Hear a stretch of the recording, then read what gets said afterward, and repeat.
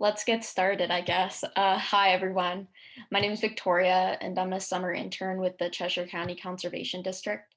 And welcome to the Rain Garden Workshop or webinar. We would like to thank our partner, the City of Keene, for helping out with this event, as well as Lisa Loosigian from Soak Up the Rain NH for agreeing to be our educator this evening. The Cheshire County Conservation District has a mission to promote the conservation and responsible use of natural resources in Cheshire County. And we're excited to be offering this program for folks to learn more about landscaping to improve water quality. We also want to let folks know that we have a small grant program called the Conservation Opportunity Fund. This grant can provide landowners with up to $1,500 to create a rain garden, and we'll be seeking new applications this fall. So be on the lookout for that. I'll provide the link to where you can look for that later on. Before we really get started, I just wanted to give everyone some reminders. We'll be recording this workshop. So if you're uncomfortable with being recorded, feel free to turn your camera off. And that button is located in the lower left-hand corner of the bar on Zoom if you weren't sure. What else?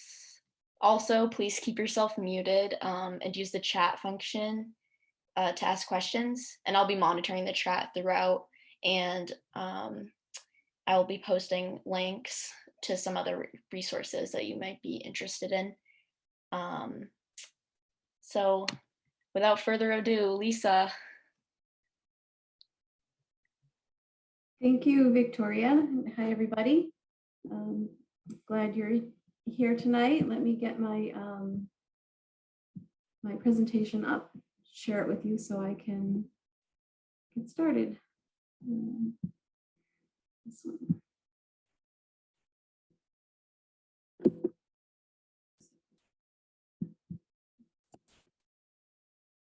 Doesn't want to play. There it is. Okay.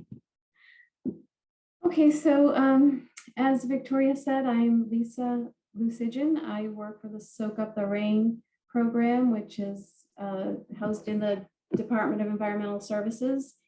And Soak Up the Rain is all about managing stormwater at your own home. And we'll go through exactly what stormwater means for those of you who are kind of fuzzy on that term. But anyway, so the Soak Up the Rain program, our tagline is your land, your water, your solution, which means, you know, we all have a part to play in this. We have our properties that we live on and play on, and our water resources all around us. So we can be part of the solution when it comes to how do we keep our water bodies clean and healthy.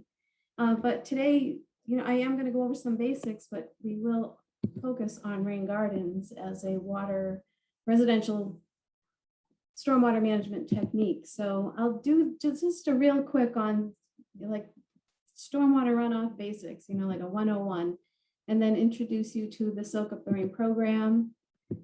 We'll definitely talk lots about rain gardens, overview of what they are, a tiny bit touch on sizing and plants and other aspects of rain gardens, and then a virtual tour, I called it, but it's really just sort of some photos of rain gardens right after they were planted and then a year or two later. So as Victoria had said, you can put questions in the chat, but and I'll have a few questions for you as we go along. So let's get started. So as I mentioned, I just want to do a really quick overview so we're all on the same page. Like, what is a watershed? A watershed is sort of like a funnel. It's a geographic area where when it rains or snow melts, it's defined by a boundary of high places in a geographical area. And when it rains or snows, all that precipitation goes to a common point, which is like the bottom of the funnel. So as you can imagine, water moves throughout the watershed. It can move through brooks, streams, rivers, or our piped systems. You know, on your roads are within this watershed, although they're not pictured here. And there's catch basins and drainage ditches and pipes that bring water away from down throughout our watershed and down into that common point at the bottom of the watershed, which is your local river or lake or pond. And again, just for clarity, I'll use the term stormwater runoff or just runoff, which is rain, which is water from rain or melting snow that doesn't soak into the ground as it moves through the watershed. So you can see in that picture there, water coming off a residential property, getting into one of those catch basins and down to a pipe system and dumping into a pond somewhere.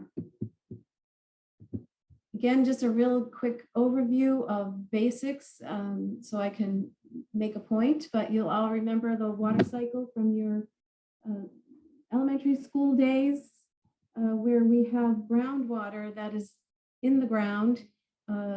We have water moving up into the atmosphere through several processes. Of course, they turn into clouds. It rains, it snows. And this is really where I want to focus, is over here on this side, where we have two big components of some water runs off into our, as we said, streams and rivers and so forth. And some water infiltrates into the ground in our natural areas. And that is a big piece that we want to focus on, because that infiltration is what fills the groundwater systems. And those groundwater systems are so important for trees and plants, obviously, for us to drink. We all have wells in New Hampshire. Most of us have wells, so we draw water right out of that groundwater. But also that groundwater feeds our streams and our ponds by the water moving underground and coming to the surface where the ground dips down low into that water table. So this infiltration piece is just so important. And when we we need to pave and build so we can live. We need buildings, we need structures, we need places to live and shop and play.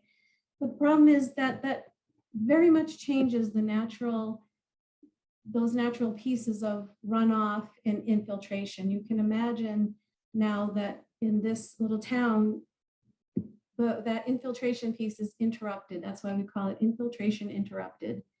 And we'll talk more about why that's so important. In an undeveloped area, as much as 50% of the rain that falls soaks into the ground, and a little bit runs off, 10%, and the rest is just kind of cycled about up in the atmosphere. It lands on the trees, but it never comes to the ground. And then when we have highly urbanized areas, this is Main Street in Keene, you can see the opposite. Now you have, instead of half of it soaking in, you have half or more running off and very little soaking in. So there's a big change. And of course, some of our neighborhoods are somewhere in between here, but there is a large change that happens when we make those surfaces that can't absorb water. And runoff doesn't just come from those pipes we mentioned earlier. Some of us are lucky enough to have a place maybe near a water body, and that water can run right off of lawns. When lawns and other areas are used, especially over a number of years, they become compacted. You might think, well, my lawn's kind of like a meadow, the water must soak in there.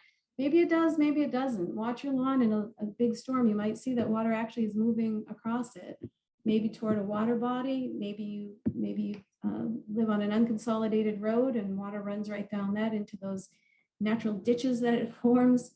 Maybe you live on an ordinary street where you see the water going off into those catch basins. And of course, as we mentioned before, that all ends up in a water body. And some of you might say, well, that water is treated. That goes to the wastewater treatment system, doesn't it? Well, in some places it does, and in some places it doesn't. And actually there is a big effort underway. It's been for many years to separate our wastewater system from our stormwater system. We used to, in cities, they would take these two types of wastewater and put them together and put them in a treatment facility so that water would get cleaned before it got released. But in large storms, those wastewater treatment facilities would get overwhelmed. They wouldn't be able to treat the storage and the stormwater, and they would pump that untreated water, including the waste from our buildings and so forth, into the rivers. So there's been a big effort to separate those two systems. So in most places now, stormwater is completely untreated. It just goes into those pipes and into those water bodies. It doesn't go to any type of facility.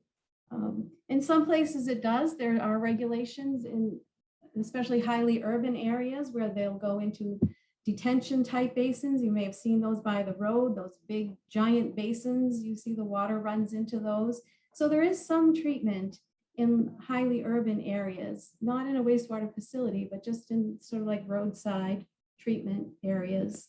But in most residential, less population dense areas, the water is going right to a water body. So there's two big issues with all that runoff. One of them is this, the too much water. So we've all been down roads that we've seen this, especially lately. In July, there was a ton of rain. I'm sure some of you drove through roads like this, roads that get flooded and closed, roads that get torn out. This happened out in Alstead this July. I think it was Alstead and some nearby towns, where there was just so much water, either running down the road, it tears the road right out. In this case, the water can't get under the road. There's a big culvert under there, but it's not big enough. And the water overtops the road and tears it apart. And this is another effect of too much water, which you don't typically see. But when all this water rushes to our rivers and streams, they're not naturally designed to handle that much water at a time. And that water can just rip the banks right out. It kills those trees, they fall in, so they're no longer shading, creating those cool habitats for fish in these streams and rivers. And all this material that gets torn away also gets deposited somewhere downstream and can smother habitat and such. So that's the too much water. Those are some of the examples of too much water runoff. And then the other one is the pollution that the stormwater carries, things like sediments, which is just dirt and sand and gravel and soils that get moved. For example, this is at a house in Babuzik, out at Babuzik Lake in Amherst, where this is a drip line. I'll just use my cursor to coming off a roof, and the soil is being loosened and moving across the street, and it was running right into the pond. And that causes a couple of problems.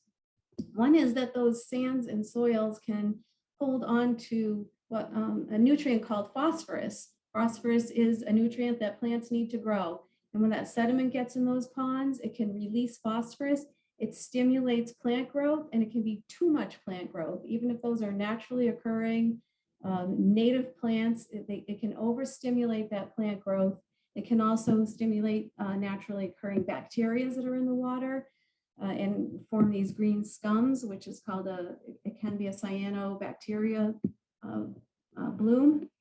And I don't know if any of you have seen those, but that's happening in several lakes and ponds as we speak. The other problem is, as you can imagine, some of that sand and sediment is they're very light particles that don't settle very quickly.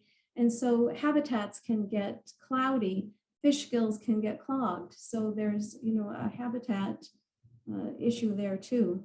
Those nutrients we mentioned earlier, when it rains and the water runs off, again, those compacted fields or lawns, if we fertilize a little too much or too often or before it rains, that fertilizer goes right into a pond. This is down in Seabrook, New Hampshire at Keene's Pond. This was years ago, but I always say green lawns, green ponds. If you have a big neighborhood of green lawns, you may find a green pond nearby because that fertilizer does run off. And just like it stimulates and greens up your lawn, it does that in the nearby water bodies too, as an unintended consequence. Another issue with runoff is bacteria. So wouldn't it be nice if our pets would clean up after themselves? And of course, there are wild animals too, leaving their waste around. So when it rains, that bacteria can get washed off and lead to beach closures. Sometimes those beach closures are more related to septic systems. So in large storm events, when the groundwater is filling up, septic systems that are not being well cared for can leach bacteria and nutrients out of them and also cause problems at our beaches or our favorite swimming hole. So there's lots of problems linked to that water running off down our roads and off our lawns. And why does it matter? I don't know if any of you remember that dilution is the solution to pollution. That's what they used to say in the old days. It'll just wash away, it'll get diluted, it'll be fine. But Some of you may remember seeing pictures of rivers on fire because so much stuff was being piped into our rivers. So of course, we've come a very long way. We're no longer piping pollutants straight in. And in fact, we've done such a good job that now stormwater runoff is a big contributor to water pollution problems. And when I say water pollution problems, I mean documented water pollution problems, so that brooks and streams where certain fish species should live, they can no longer live there because there's not enough oxygen in the water or there's something else going on. As I mentioned, our swimming beaches and our swimming holes are closed because the water is not safe enough for us to swim there. So does anybody want to make a guess at what that number is? You could put some answers into that chat. What percent stormwater causes or contributes to what percent of the water pollution problems in our surface waters in New Hampshire? Does anybody have a guess? Want to type it into that chat or just give you see if anybody wants to make a guess. I have 73, I have 75, 60, 50, so it's higher. It's higher than, I have 80%, it's higher than all of those guesses. It's 90%, over 90%, somebody got it there. Sorry, let me get back to this. Yep, over 90% from that runoff. Here's just, I mentioned this already, but this is what some pictures of cyanobacteria blooms can look at if any of you are lucky enough to play or live near a lake or pond and you see things like this, you can call that into DES and they'll come out and look at it. And again, often it is from that phosphorus stimulating that growth, and that phosphorus can be coming from runoff. So of course, not all this water pollution comes from our houses and our homes. There are plenty of big streets and highways and roads out there, but this program, Soak Up the Rain, is about that residential piece. What can we do? Are we part of the problem? Can we be part of the solution? So we look at our houses and we think, well, yes, I have a roof and the water runs off the roof and goes down the street. There could be heavy metals, there could be bacteria from birds roosting on my roof or so forth. Oh, I have a drip line, it loosens up soil around my house and that washes down the driveway. Do I really need to fertilize quite as often as I do? Our New Hampshire soils actually have a lot of nutrients in them. So sometimes we're fertilizing when we don't need to, think about other things you put on your lawn, like pesticides, those get into our water bodies too. I have a driveway and my car, do I maintain it well enough so it doesn't have things leaking out of it? But even that warm water that comes off our roofs and our driveways, if we have live near a brook, especially, all that warm water from our neighborhoods, our streets, our driveways, they get into those brooks and warm it up. And that's one of the reasons that fish may not be able to live there. So anyway, we look at ourselves and see, am I part of the problem and can I be part of the solution? So as I mentioned, DES created this program called Soak Up the Rain. And before that, we had this Homeowner's Guide to Stormwater Management, which is full of all the things that we're talking about tonight. Like, why is it important? How do I go about being part of the solution? How do I look at my own property? There's lots of guidance in this booklet about how to look at your own property and what's going on. And there's 10 what we call stormwater solutions. Rain gardens are one of those, and we're going to get to those in a few minutes. So if this booklet is available to anybody who wants one for free. So if you want one, it's also available in its entirety on the Soak Up the Rain website. Just type in Soak Up the Rain NH and you'll find the website. It's available in its entirety and also in pieces. Like if you I'll be mentioning the Rain Garden how-to sheet, and that's available. You can print it out. Or again, if you want the entire booklet, if you have a use for it, you can send me an email and I can send you a copy of this. So a little bit more about the program. Obviously, I mentioned the website. I do presentations like this all the time. We do various kinds of trainings. We have a landscaper training that we run every couple of years. We train Watershed Association members on how to visit their neighbors' properties and look for runoff and suggest solutions. We do lots of outreach events. So let's get though to the heart of the matter, which is these do-it-yourself solutions. So we've been talking about all those problems, and now there's the, what can I do? Well, here's what we can do. We look to see where water might be running off our properties, and can we catch it somehow and keep it on our property and let it soak in? So we have 10 solutions or 10 practices that we talk about. This first four, they're not truly those infiltration. They're not going to mimic that infiltration piece that we lost that we talked about earlier, looking at the water cycle. But they are ways to move water more environmentally friendly. So instead of having a big bare ditch, you could have what we call a vegetated swale to move water along our property, maybe to somewhere where it can soak in. The vegetation helps soak up plants, and the plants help soak up water and slow it down and help it infiltrate.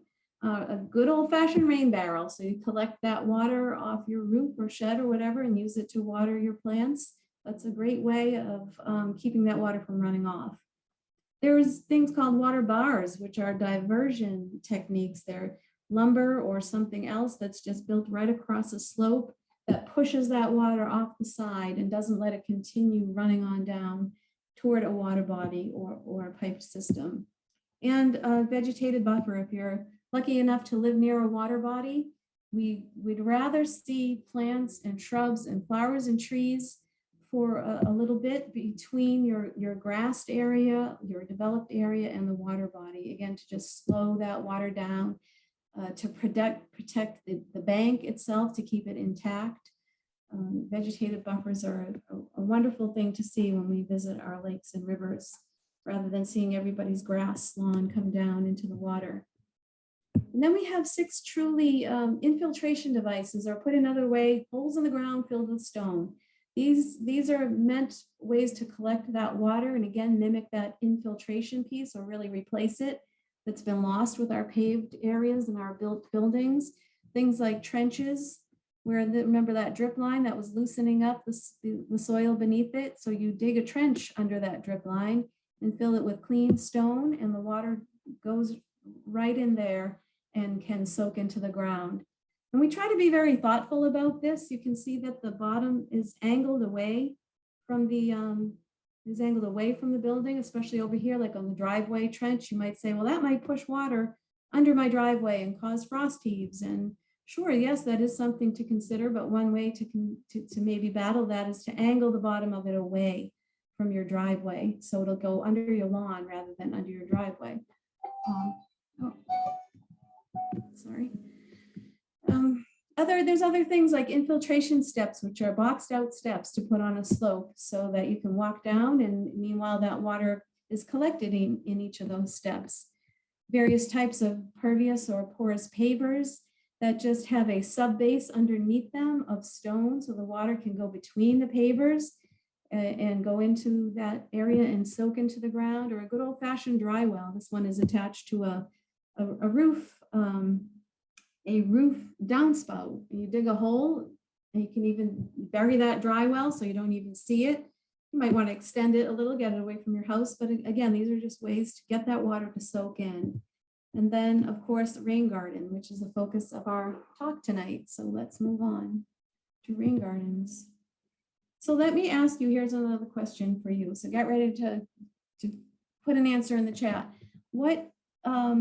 There's a commonality of all these gardens that I have pictured here, besides, being shaped a certain way and have gorgeous plants in them. There's a particular characteristic of all these plants, of all these gardens.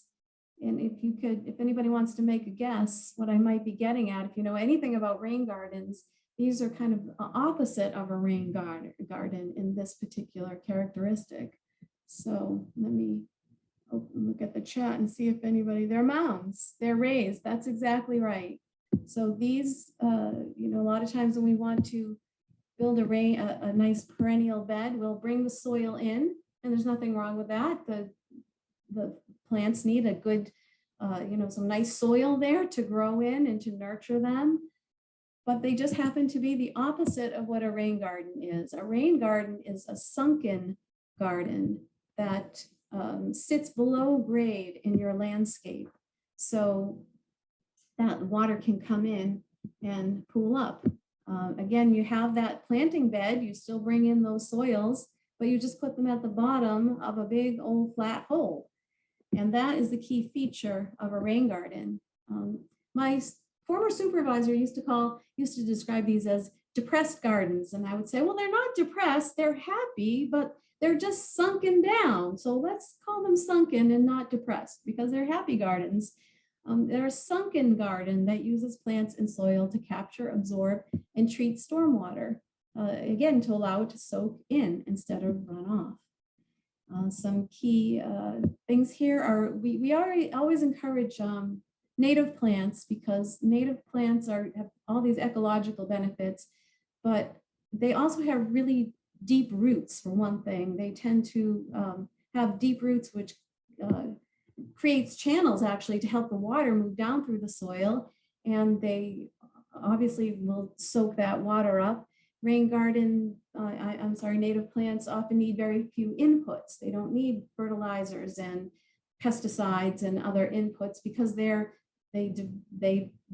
developed to survive here. So they have their own survival instincts, their processes and so forth.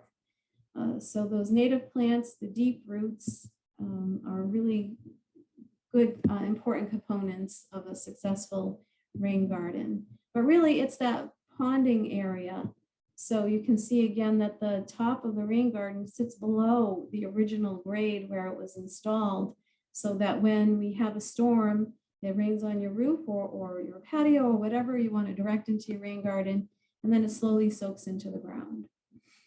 That is really the key feature. There's a rain garden that we had planted, worked with a partner to put in, and the next day it filled up. And you can see, if you can see, there is still some water in it, but this was filled all the way to the top. The mulch is darkened because the rain filled it right up and it overflowed, which is fine. Rain gardens are made to overflow, and we'll talk about that a little bit more. So just to summarize some of the benefits of a rain garden, of course, they reduce runoff, which is our #1 goal here. They replenish that groundwater supply. They filter those pollutants to reduce pollution. They provide habitat if you use some nice native plants, and they're aesthetically pleasing. So let's just keep going, and and then if we can save your questions for the end. So let's go on to how to build a rain garden. We'll first talk about how to find a good site, what that means, the importance of checking soils, a little bit on how to size it, but I'm going to tell you how to size it, but I'm also going to tell you not to worry about it too much. And I'll tell you why. We have a great tool for selecting plants, and I'll show you how we dig it out and then how we fill it up again with good soils, good plants, and the rain fills it up with water. So actually, I don't mind pausing for a minute. If anybody has a particular question that's just burning in their mind and they can't concentrate on anything else because she said this thing and what did she mean by that? If anybody has a burning question, we could do that now. Otherwise, we'll go through to the end and we can chat more then.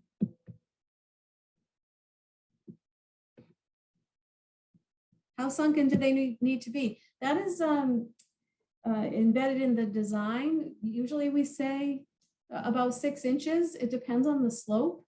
If you look at the rain garden fact sheet, the how-to sheet, it gives you guidance on how deep it should be. But if you even have 4 inches, you're collecting water in that 4 inches.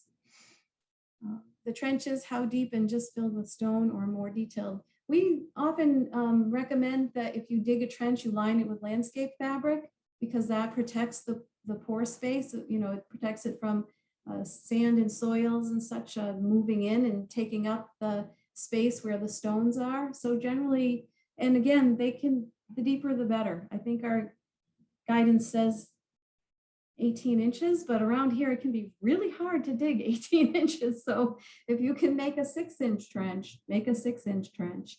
There, we just work with what we have. So, all right, I'm gonna keep going then. Let's go on to more about rain gardens.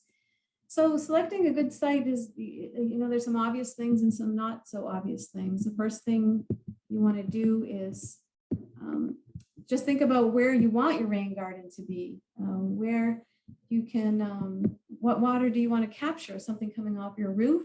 Maybe you have a patio that's been, water just washes right off of that. Even as I mentioned, our lawns sometimes just have water flowing across them. So you can certainly capture water from your lawn. And then what are the soils like? That's a really important piece, and we're going to get to that next. And think about, as I mentioned, you can stick a shovel in the ground anywhere around here and you'll hit a rock of some size or another. So think about what's under there and explore a little bit, and think about your tree roots. They extend so far. You can cut tree roots if you need to, but of course you don't want to hurt or damage a tree. So with the more open area, the better. And I always tell people to call DigSafe, just in case you have some underground utilities there you didn't know about. This is a question we get a lot. I have a wet area in my yard. It's always ponds up there. Is that the right place for a rain garden? And I tell people you can certainly plant plants there, plant water loving plants there, and that'll help. But for our purposes, we don't call that a rain garden. If you direct water to a place that's already wet, it will make it wetter. So for our purposes, it wouldn't be called a rain garden. In fact, we do, the soggy, squishy, spongy test. If you dig down a little and it's wet, if it's always spongy there, soggy, that is not the place for what we call a rain garden. In fact, we want you to do what we call a simple infiltration or perk test. Dig a hole at least 12 inches deep. Fill it with water. If it's been raining, you can just fill it with water and proceed. But if it's been dry, we say to fill it with water, let it dry out, because that water will move outward as well as down. So you want to make sure it's not just kind of storing itself out of the way, but you want to, so fill it up, let it go down a little, fill it up some more, and then check back 24 hours. We want to put rain gardens in soils that will drain within 24 hours.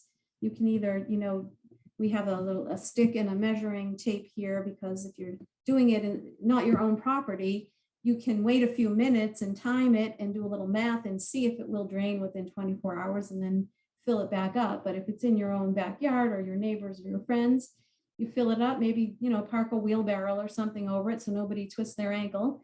And then just check back the next day and see if it's drained out. And if it has, then it's potentially a good place for a rain garden. While you're there, grab a little bit of soil and do what they call a soil, a ribbon test.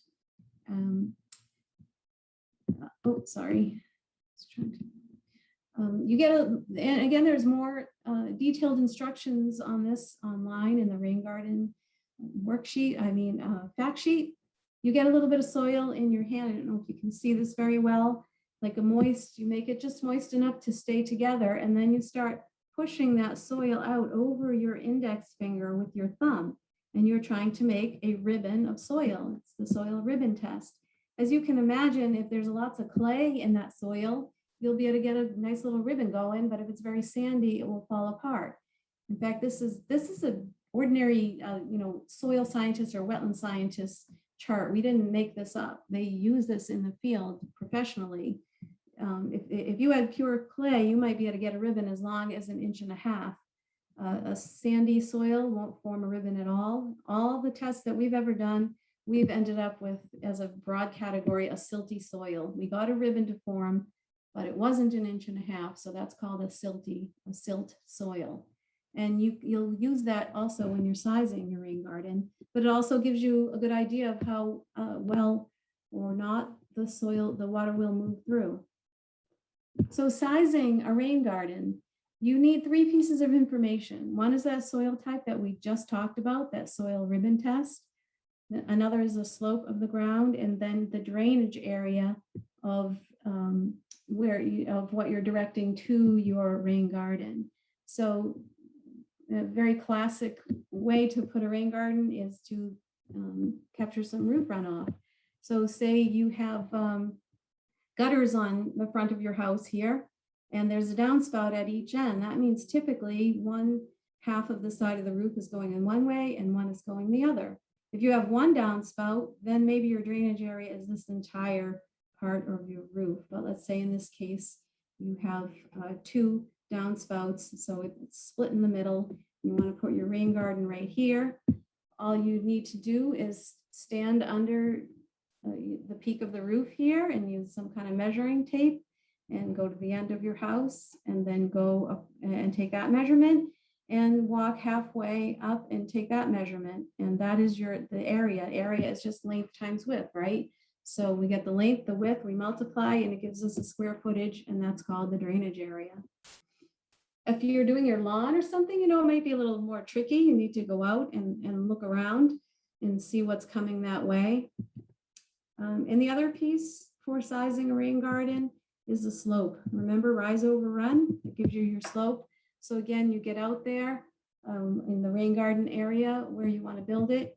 You put a couple of stakes in the ground and a level line between them and just do some measuring. You measure the distance, the height here, and it will give you put it at the bottom, the string at the bottom here, run it across and it's level. That gives you your rise. You measure between the stakes, that gives you your run. Rise divided by run times 100 gives you your slope. And again, there's very detailed information on how to do this. There's also for you, those of you that are a little more tech savvy, our phones have ways to measure slope. Just be careful if you're in degrees or percent. But anyway, this is a little piece of information. We don't like to put rain gardens on slopes that are larger than 12% because that berm, that downhill berm, to give it all an even edge all the way around, can get very big. And there are some workarounds, but a slope larger than 12% might be hard to manage.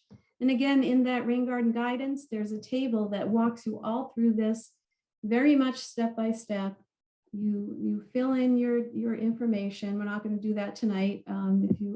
Everybody's clamoring for a detailed sizing and design rain garden workshop, we can certainly, find a way to do that maybe. But just to introduce you, it looks complicated. It's not. You get 3 pieces of information, do a tiny bit of math, and you get your rain garden.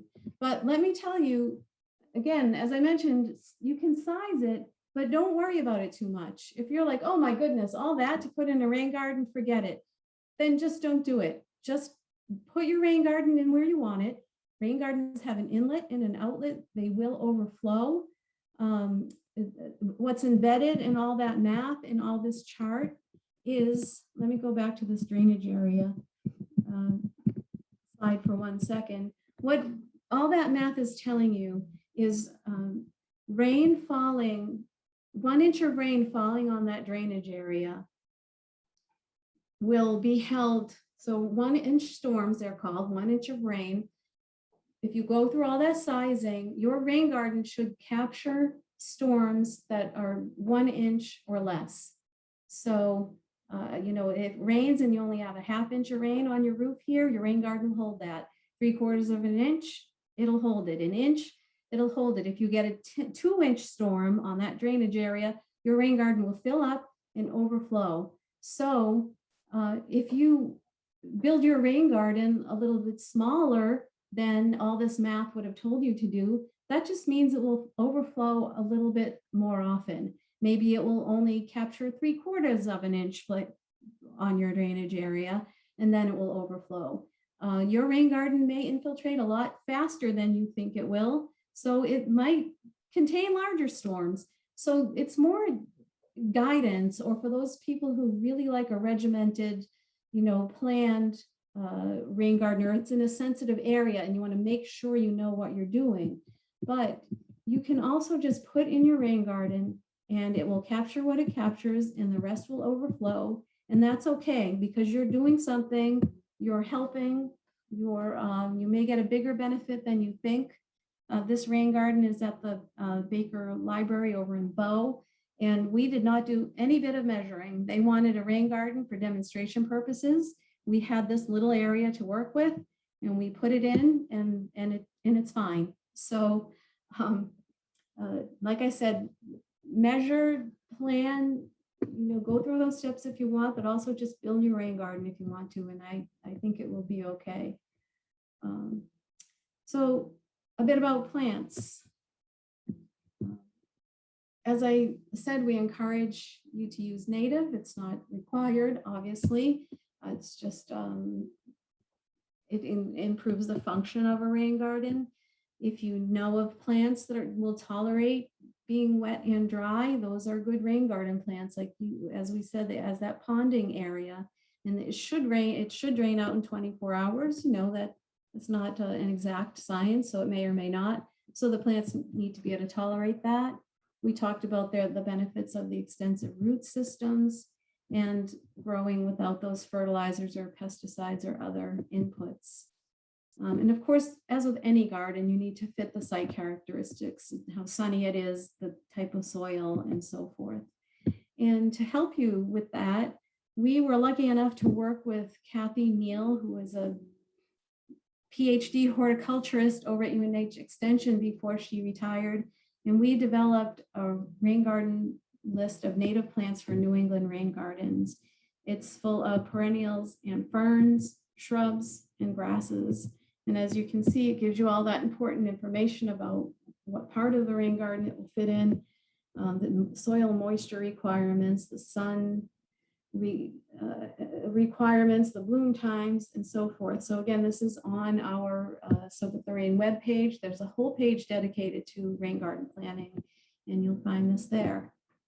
So now you've thought about your rain garden, where you want it. You can make it any shape you want to fit your site characteristics, or to be, whatever shape pleases you.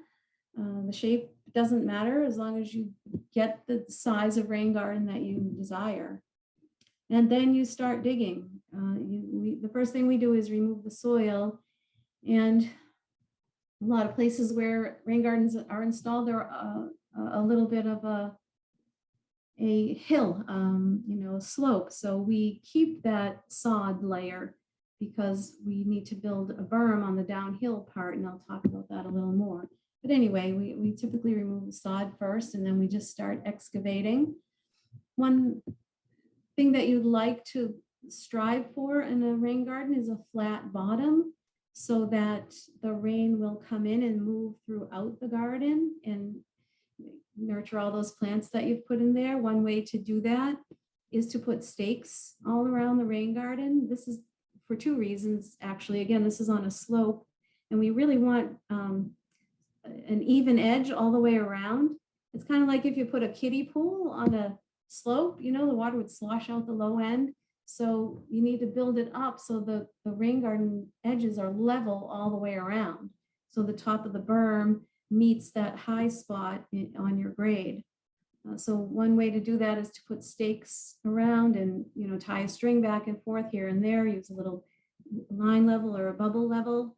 And you can also do that to make sure you have to strive for a flat bottom throughout the rain garden. So again, the water will move in and spread out throughout your rain garden. And again, just do your best. This is part art, part science, part, doing the best we can. So I think I talked about the berm already. So there we are, turning that sod over into a berm.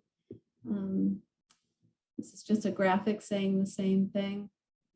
In your rain garden area, you put a couple of stakes, and then as you build your berm, you just want to have your berm be the same height as your upslope. If it isn't quite, well, that's okay. Your rain garden will just hold rain up into your berm height. So you just do what fits your site, what fits your needs, what feels good, looks good. If you're connecting it to the roof, you can do it in a couple of ways. A really common way is to bury a 4-inch flexible corrugated piping. You get some hardware from your hardware store where you can convert your downspout shape into a round shape, and then you bury that and replace the sod over it so you can mow between your building and your rain garden. I just wanted to make a note that this pipe outlet's right at the edge of the rain garden, but since then we've learned to bring them in a little bit. You can extend that further into your rain garden. It helps the water spread out a little bit. So that brings us to our inlets and outlets. The inlet is where the rain enters, or the water enters the rain garden, and we usually reinforce that either with some type of stone, either stones that we dug up while we were building that we purchased, or flat stones are really good at helping spread the water out as it comes into the rain garden. But we want to reinforce it just so it doesn't make a mess and spread that soil out everywhere. We kind of want to tell the water to go when it's coming in. And similarly, we want to tell the water where to go out, because if you don't tell it where to go out, it'll just bust out of your rain garden wherever it wants. So we usually build a little outlet structure. Again, we reinforce it with stone. When you're building your rain garden, you just look at the lay of the land to say if water was running downhill, it would go that way. And that's where you put your outlet, in the way that the water will naturally flow. So again, it's reinforced with stone just so it doesn't make a big old mess. And I'll show you some pictures. I think I have some pictures of them actually functioning. This is that same rain garden that we were building that berm on a few minutes ago. And you can see the outlet structure there too. It's hard to pick up, but it's a little bit lowered on the berm, so the water gets to that level and starts pouring out. Of course, you usually would have a planting plan, and we usually, draw it out and make a plan, how many plants we need, what kind, and then we lay them out before we start planting them, just so we know we have good spacing and so forth. And this is that same rain garden the next day. It just was pouring rain. It's coming in over this side here with those flat stones. It's filling up. It had overflowed. Rain gardens need maintenance like anything else. This outlet had gotten a little beat up and washed out. So the homeowner just went back and built it up again. And you may see, I don't want to discourage you, like this looks like a huge mulchy berm, and you might say, wow, that's kind of ugly. I don't want that thing in my yard. Well, this rain garden, we learned a lesson on. It was a much bigger slope than it was intended. So we did need a big berm, and we did develop some guidance on that. That's how we came up with that 12% guidance, so you don't get a big berm. But also, this can all be planted. You can certainly just plant plants along this berm, some sedums, or that'll creep along, or some things on top that will flow over. It's a garden, so you just disguise that berm and vegetate it, and it functions just fine.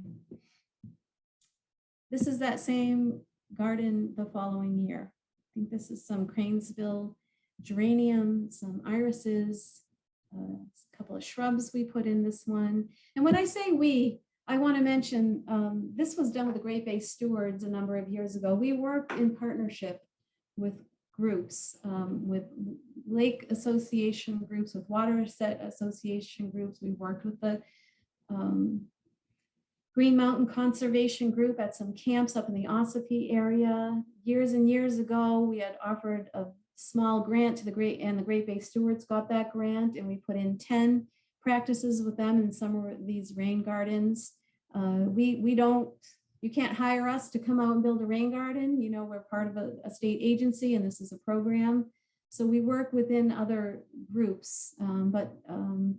So I just want to make that clear. When I say we, it's always in partnership with somebody else through some type of program or presentation or outreach event. This is another rain garden that we did with the Great Bay Stewards. The inlet is here, the outlet is down there. I think I showed this one to you already. It filled up, it overflowed, and this is it the next year, 1 year later. The plants are growing in nicely. This is a rain garden we did out at in Dover at the Woodman Museum. So this is in a public place. You could go and see it if you want. they had rain, they had water in their basement. I hope I'm not going too long. I tend to just go on and on. They had water in their basement, and we tied a huge roof to this rain garden, and then had it overflow out this way, and worked with Kathy Neal, and she used some plants that had been around for a long time, like heritage type plants. And we used smaller plants, or they did, whoever, purchased them, just to make our dollars go further. And sometimes after you finish building it, you're like, oh, wow, it doesn't look like much, all those little tiny plants. But again, you wait a year or two and everything's blooming and big and beautiful. And so if you're out at the Seacoast area and you want to see that rain garden, that is in a public place that you can go and see that.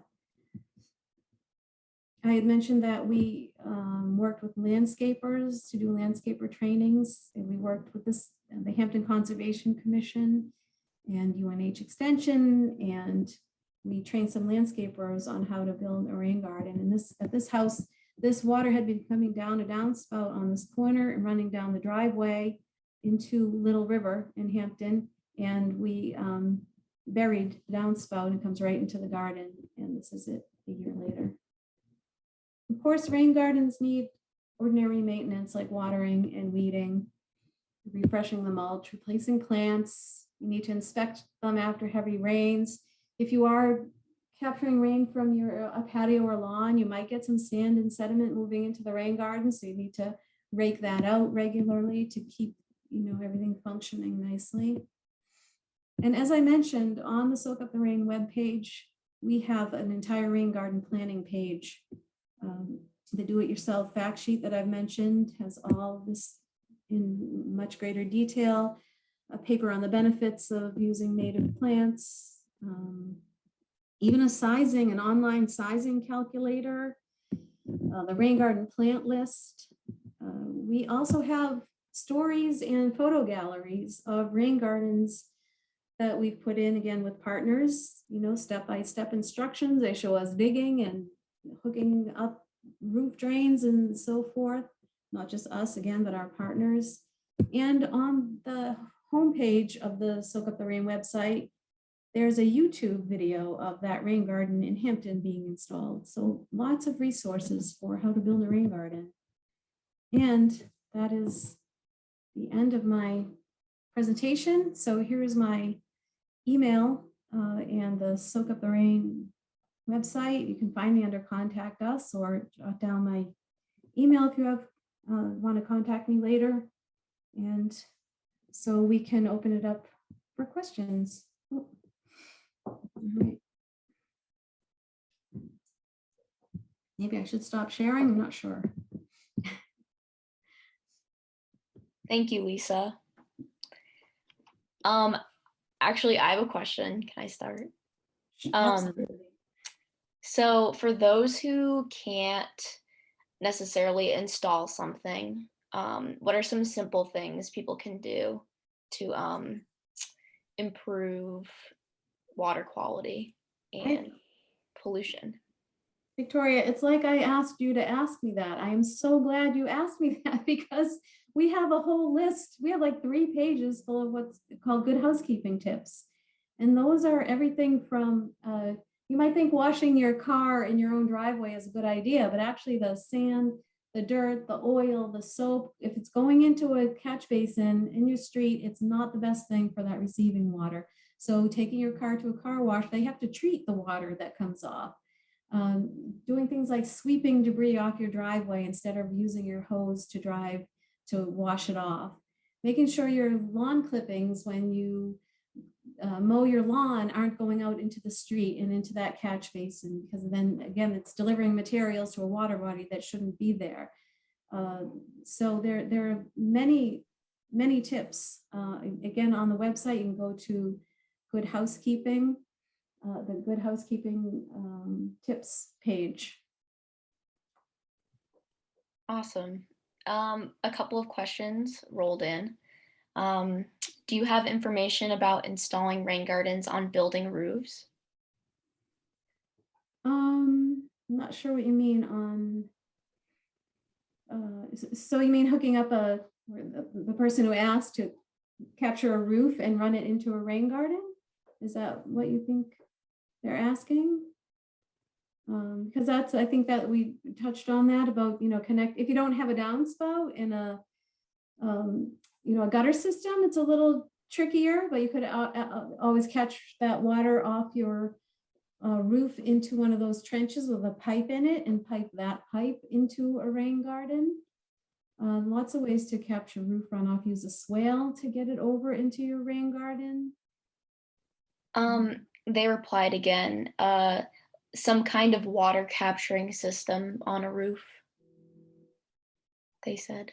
Oh, like a cistern or something like that, or you can certainly capture the water off your roof however you can and get it in your rain garden. I don't know of any, are people capturing rainwater on their roof in some type of cistern or below their roof and getting it over there? Any way you can capture the water and get it over to a rain garden is a good way to do it.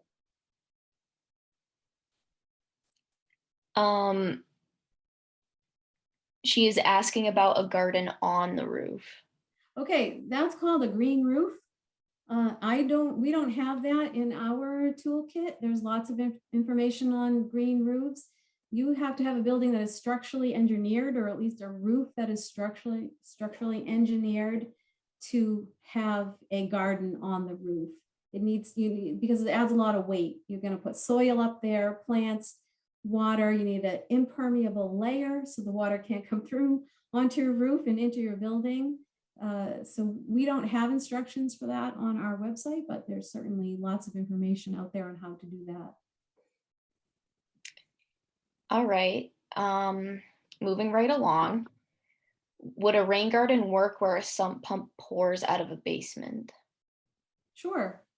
Yeah, you can use the water from the basement. I would get that rain garden away from your basement so the water doesn't, come into the garden and then move through the groundwater back toward your basement.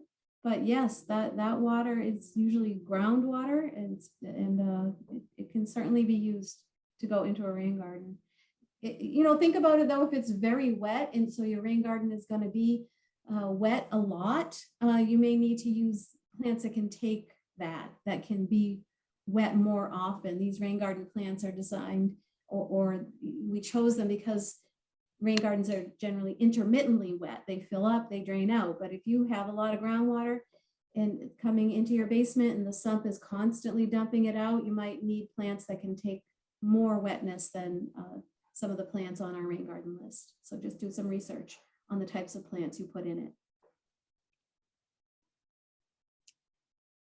Anybody else have any questions?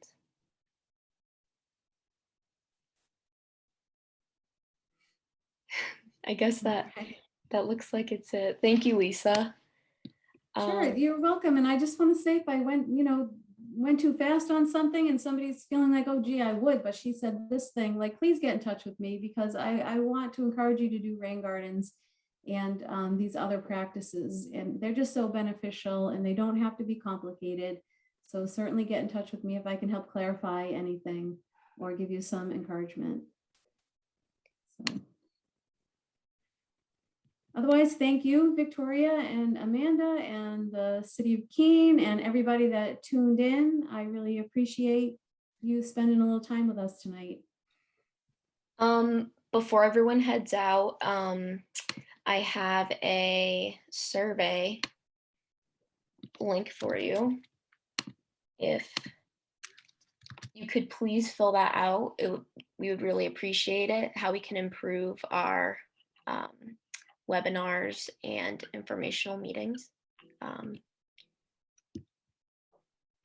I kind of tagged on, I'm sorry to interrupt you, Victoria, but I asked Victoria to put a few questions in there about rain gardens too. So just to give me a little information on maybe some of the barriers people, why they wouldn't put in a rain garden or something. So I would also appreciate if you filled out that survey and Victoria can share that with me. And for those of you who joined late, there will be a recording of this webinar and we'll be posting it on the Conservation District website. And that is right here. I'll link it. So check back and look for it if you missed out. Thank you for joining us. Thank you, everybody.